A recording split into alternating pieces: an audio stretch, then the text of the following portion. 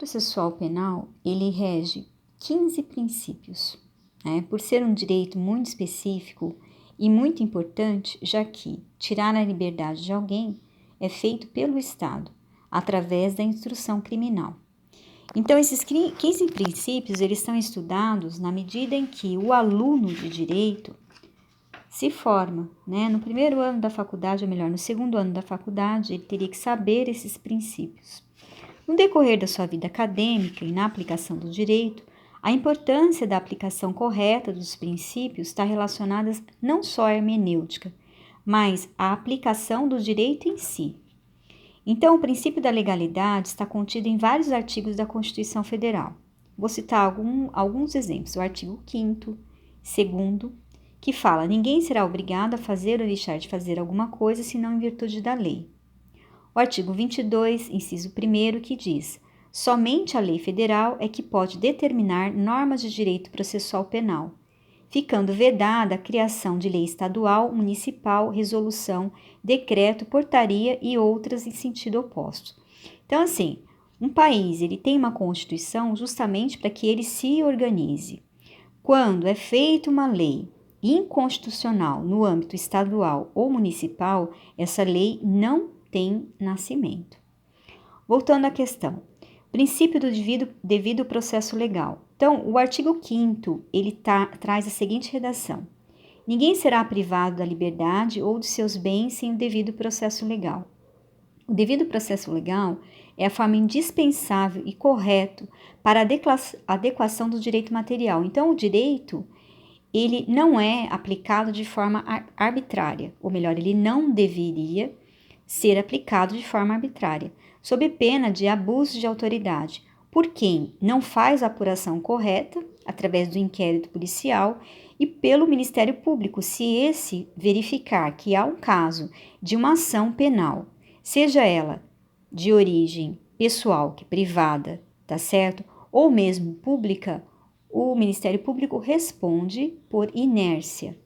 O princípio da ampla defesa e do contraditório está contido também no artigo 5º. O artigo 5º é um dos principais artigos, já que ele visa limitar o Estado e, de alguma forma, assegurar que os entes estatais, através de suas instituições, não hajam acima da lei. O princípio do estado da inocência está também no artigo 5º, que é um direito de primeira geração. Então, o direito constitucional, ele tem o direito de primeira geração, direito de segunda geração, direito de terceira geração, direito de quarta geração e direito de quinta geração. O conceito de geração foi muito criticado pela doutrina constitucionalista, visto que geração é um termo que tem um final. Já dimensão é algo que você não tem um termo final. Está no espaço para aplicação de forma da ubiquidade, né? Porque a Constituição, ela tem o efeito de ubiquidade.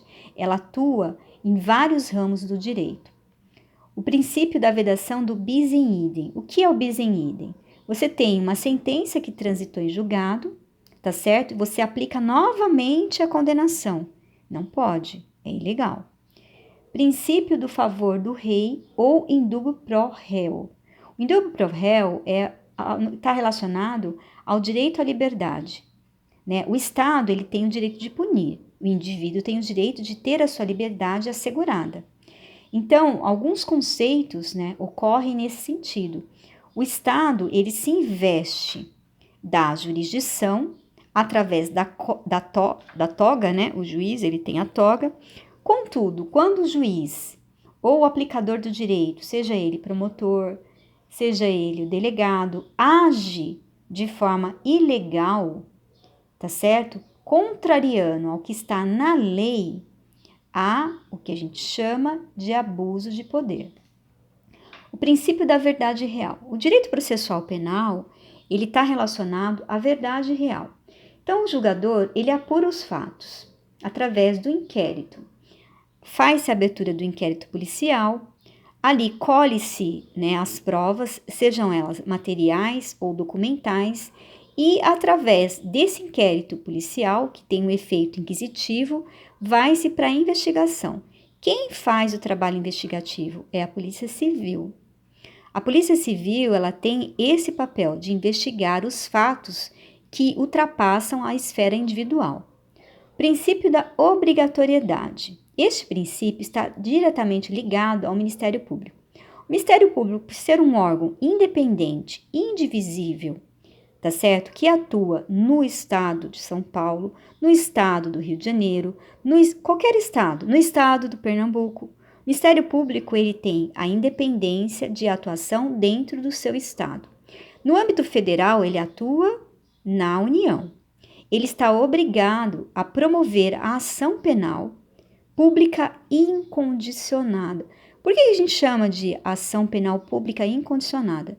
Ocorreu uma morte, ocorreu um fato jurídico, a morte de alguém, ocorreu um crime, uma lesão corporal, seja ela uma lesão corporal mínima, uma lesão corporal grave, ele é obrigado a atuar. Princípio da oficialidade. O princípio da oficialidade está relacionado à questão da abertura do inquérito. Então, um processo penal, ele tem natureza pública e ele deve se valer dos órgãos especiais para que haja nesse sentido. Então, o inquérito policial, você tem a fase investigativa, por meio da polícia judiciária, para apuração dos fatos. A propositura da ação penal é feita pelo órgão ministerial, salvo nos casos da ação privada ou da ação popular. A ação popular é uma ação constitucional. Ela tem o seu cunho, na verdade, fundamentado na Constituição Federal da República do Brasil. Ali existe um quê? Parâmetros específicos para que ela possa ser introduzida no meio jurídico.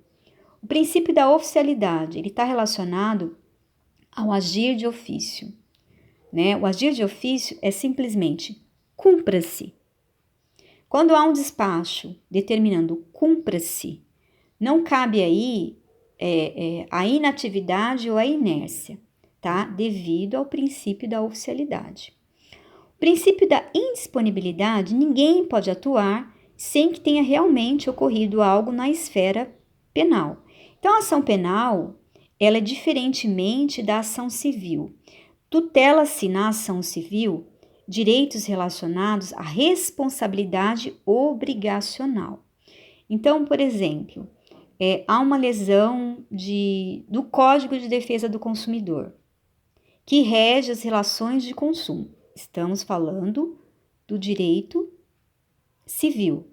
Vamos supor que ultrapasse a esfera do Código de Processo, do Código do CDC, né, que é norma especial.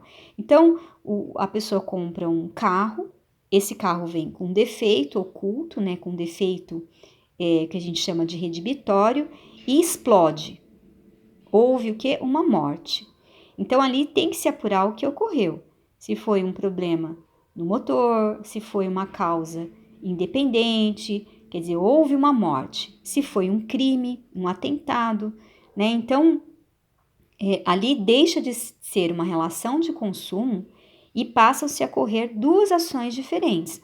Uma ação na esfera civil, que é para apuração de responsabilidade obrigacional, e a outra ação na esfera penal. O princípio da indisponibilidade também está relacionado ao Ministério Público. O Ministério Público é órgão, deve atuar de forma independente. Voltando aqui, uma vez proposta a ação penal, dela não pode desistir o promotor. Digamos que o promotor de justiça não queira propor a ação. A família da vítima tem um prazo para que ela mesma toque a ação. Só que outro promotor vai assumir o caso em questão, devido ao princípio da indisponibilidade. Então, assim, o conhecimento dos princípios ele é necessário para que você conheça o direito sobre o qual você está atuando. O princípio da publicidade. O princípio da publicidade está relacionado no artigo 792 do Código de Processo Penal. Todos os atos processuais, em regra, são públicos, inclusive públicas as audiências, sessões e demais atos processuais. Só a questão do segredo de justiça, quando envolve direito de incapaz, direito de infamília, Quando você tem, por exemplo, um ator famoso, né, um ator de novela, um cantor, né, que está ali no julgamento, um jogador de bola, né, é possível que o juiz, né, devido à repercussão geral, à mídia, ele coloque esse processo como segredo de justiça em razão do apenado, em razão da condição da parte. O princípio da iniciativa das partes e o impulso oficial.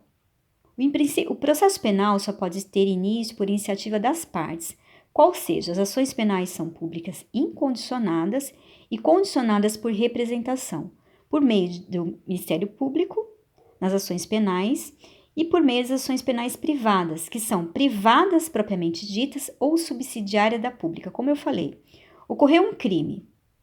Havia ali o Ministério Público atuando. O Ministério Público é parente da parte, é inimigo da parte. A família vai continuar com o auxílio de um advogado constituído ou um defensor público, mas o Ministério Público deve atuar. Neste caso, não como parte, como fiscal da ordem jurídica, mas como custos legis, né? Nesse caso, ele entra na ação, não é como assistente, tá certo? Muita gente confunde, né? O Ministério Público entrou como assistente de acusação. O Ministério Público é órgão, não é assistente de acusação. Assistente de acusação pode ser a contratação de um perito, né, de um ex-policial, uma pessoa que vai auxiliar o juízo, mas nunca o Ministério Público.